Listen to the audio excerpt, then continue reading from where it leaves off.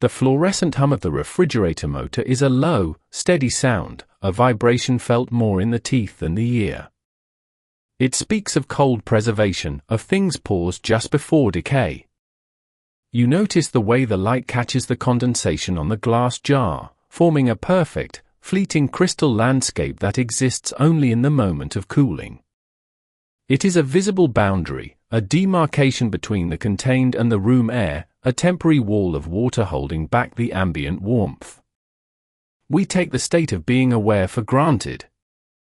We assume the sheer, messy fact of experiencing things, the taste of salt, the ache of memory, the color blue, is simply present.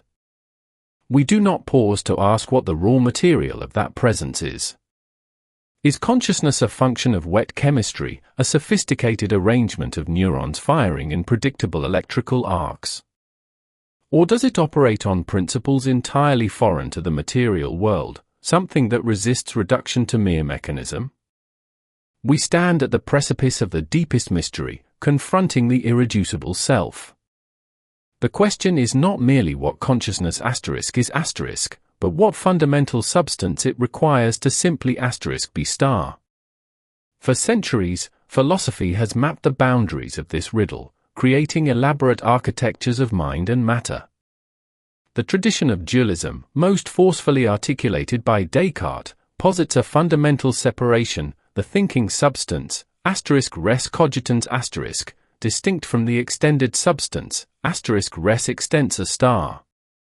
Here, the mind is not merely an output of the body, it is a separate, non-physical entity that interacts with the physical world through some localized point of contact. This framework allows the self a sovereignty, granting the inner life an ontological independence. Yet, it confronts an insurmountable problem, the problem of interaction. How does a non-physical will exert force upon a physical neuron, and vice versa, without violating the laws of thermodynamics?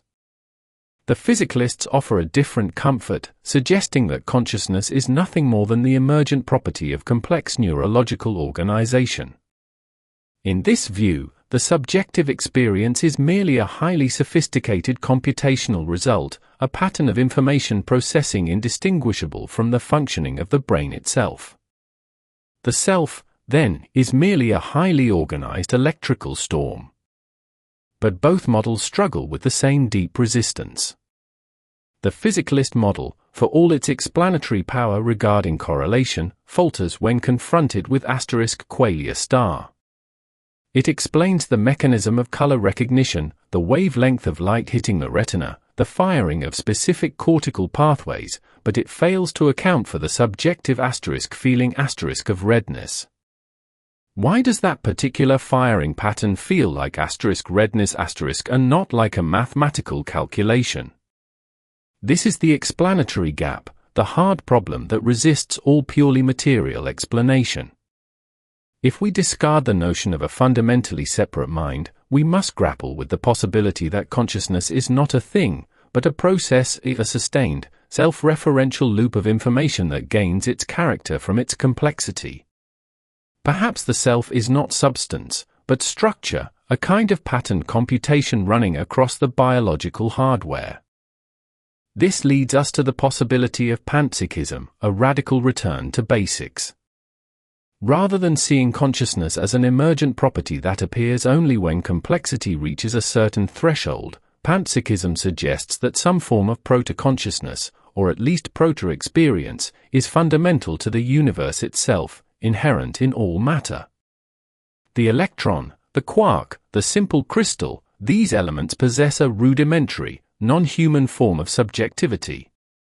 The human mind, in this framework, is not an isolated miracle, but a massive, intricate amplification of a property already woven into the fabric of reality. We are not the source of consciousness, we are the locus where latent consciousness achieves critical mass. The self, then, becomes a resonant frequency within a vast, continuous field of experience. If we accept this radical premise, the implications for how we navigate the world are profound. It dismantles the Cartesian isolation of the thinking subject. You are not a self-contained citadel of thought, you are a node. Your consciousness is not a gift granted solely to biological life, but a complex filtering mechanism, an interface through which the universe processes its own informational state. This shifts the focus from the internal mystery of the soul to the external mystery of connection. The distinction between observer and observed blurs. The material world, the seemingly inert chair, the persistent hum of the refrigerator, all participate in a phenomenal field. To truly live, therefore, requires a shift from viewing the self as a boundary to viewing the self as a conduit. The fluorescent hum of the refrigerator motor is a low, steady sound, a vibration felt more in the teeth than the ear. It speaks of cold preservation, of things paused just before decay. You notice the way the light catches the condensation on the glass jar, forming a perfect, fleeting crystal landscape that exists only in the moment of cooling.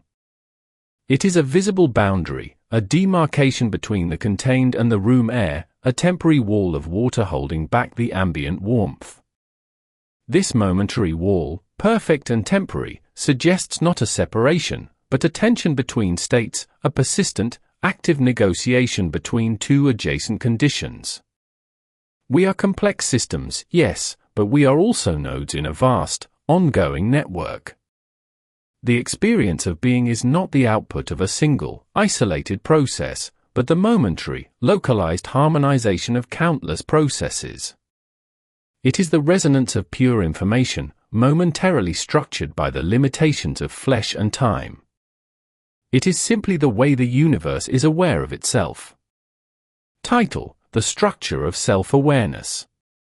Description: Exploring the philosophical debate over the nature of consciousness. Is it physical, dualistic, or fundamental to the cosmos? A deep dive into qualia, emergence, and the self. Tags: philosophy, consciousness, qualia, panpsychism, dualism, physicalism, metaphysics, mind-body problem, philosophy of mind, existence, self-awareness.